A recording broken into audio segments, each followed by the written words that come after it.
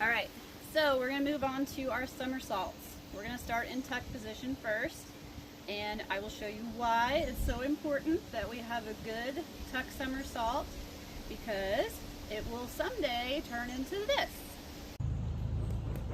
All right, so first thing we want to do on a forward somersault is make sure that our head is protected. You always want to roll on the back of your head and your shoulders if possible, and not on top of your head. So you're always going to have your chin tucked, like you're looking at your belly button the whole time, and we're gonna push with our feet to get to the back of our neck, and I will show you what it looks like, okay? All right, so we're gonna start feet together, nice tight together, down in the tuck, hands flat. You're gonna look at your belly button. We're pushing with our feet, and I want it to be a fast roll. The faster you go, actually, the easier it is. If you try to go slow, then you usually just end up on your head and you end up stuck and you can't stand up. So it looks like this.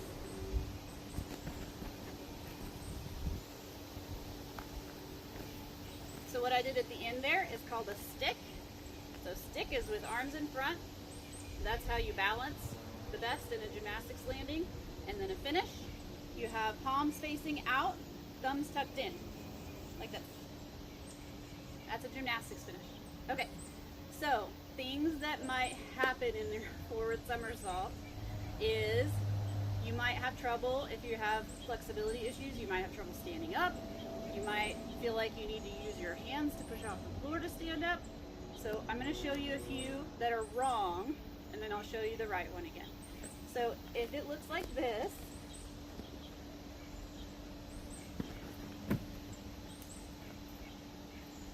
then we're going to have to work on strengthening our tummy muscles and our leg muscles, which I will show you some exercises for. And then if it looks like this, I'm going to do it facing you so you can see my knees. Ah! Then you might be having some trouble with flexibility there.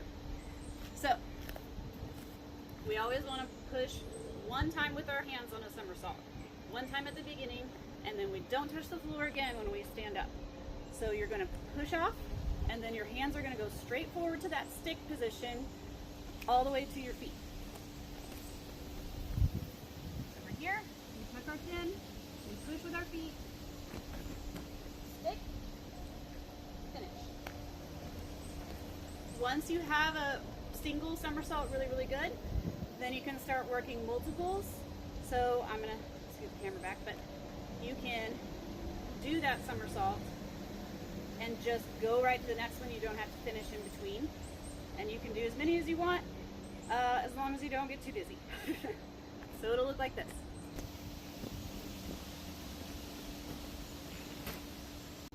Okay, so now I'm going to show you some things if you're having trouble standing up without pushing off the floor, or you're having flexibility issues standing up, then this is a good drill that you can do to help fix that. So it doesn't have to be on a mat. If you have like a pillow or a cushion that you can just kind of lift your bottom off the floor, and it just makes it easier for you to stand up, that'll work too. So I'm going to do it on the mat. And you're just going to practice the standing up part. So you're just going to rock back into a tuck position. You can have your arms up so you don't roll too far. And then practice standing up all the way.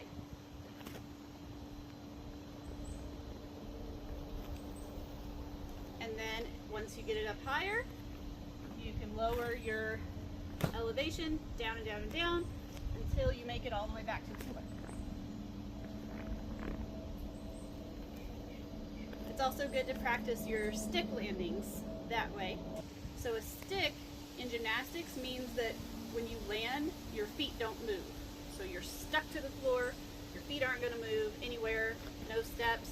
If you take a step when you stick it, if you step forward, bring your foot back to your stick and then finish. Same thing if you go sideways, bring it in, or if you step back, bring it in.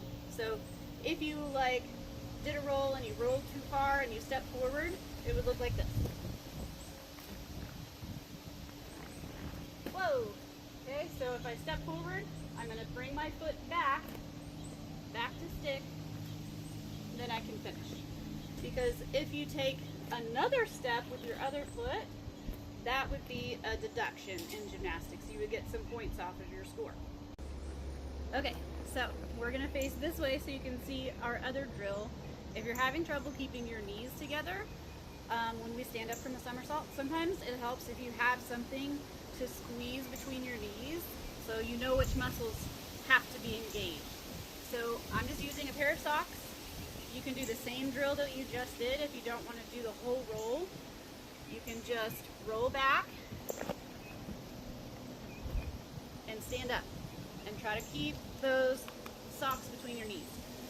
If you're bow-legged like me, you might drop it after your legs straighten out.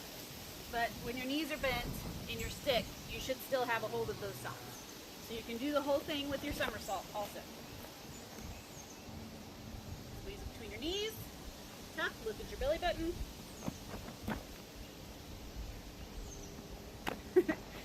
So there you go. There's another drill for somersault. Okay, so now I'm going to show you two other shapes you can do in your somersault, is the straddle and the pike. So the straddle is really, really good because it's really good for press handstand drills. So I'm going to show you a press handstand so you know what it is. And it looks like this.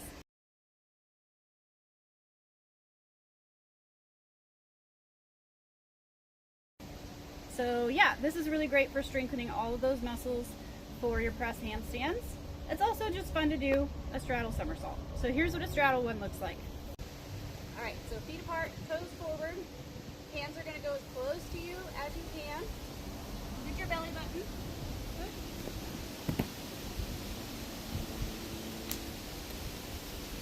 So, things that might happen.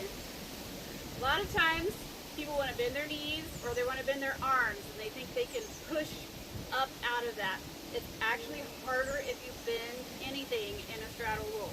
You want your elbows to be really straight and your knees to be really straight. So if you bend them, it'll look like this.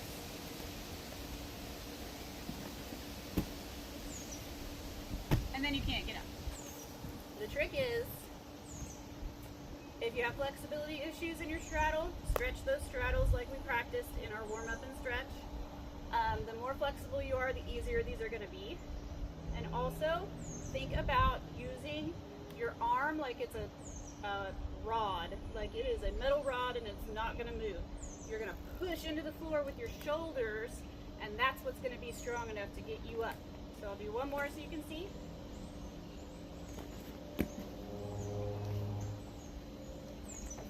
And again, you can do multiples of those once you get really good at the single, which would look like this.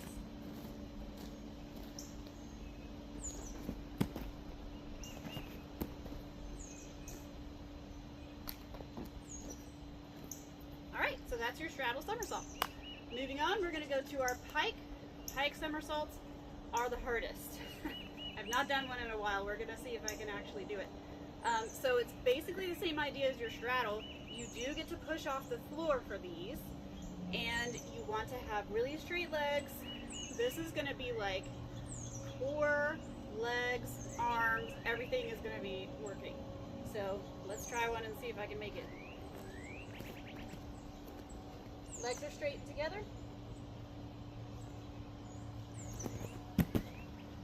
Oh, almost.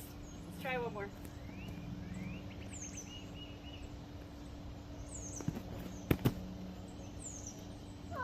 Made it.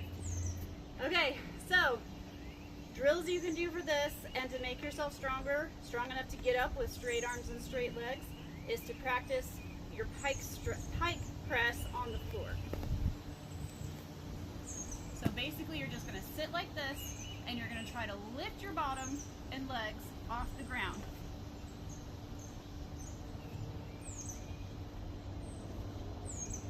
I'll do it this way so you can see.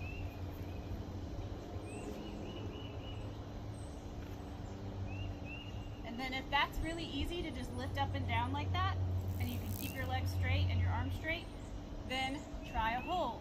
The more you can hold, the stronger you're going to be. I'm gonna try for 10 seconds. Ready? 1, 2, 3, 4, 5, 6, 7, 8, 9, 10. Woo! Makes you shake. All right. So those are your somersaults. Hope you have fun.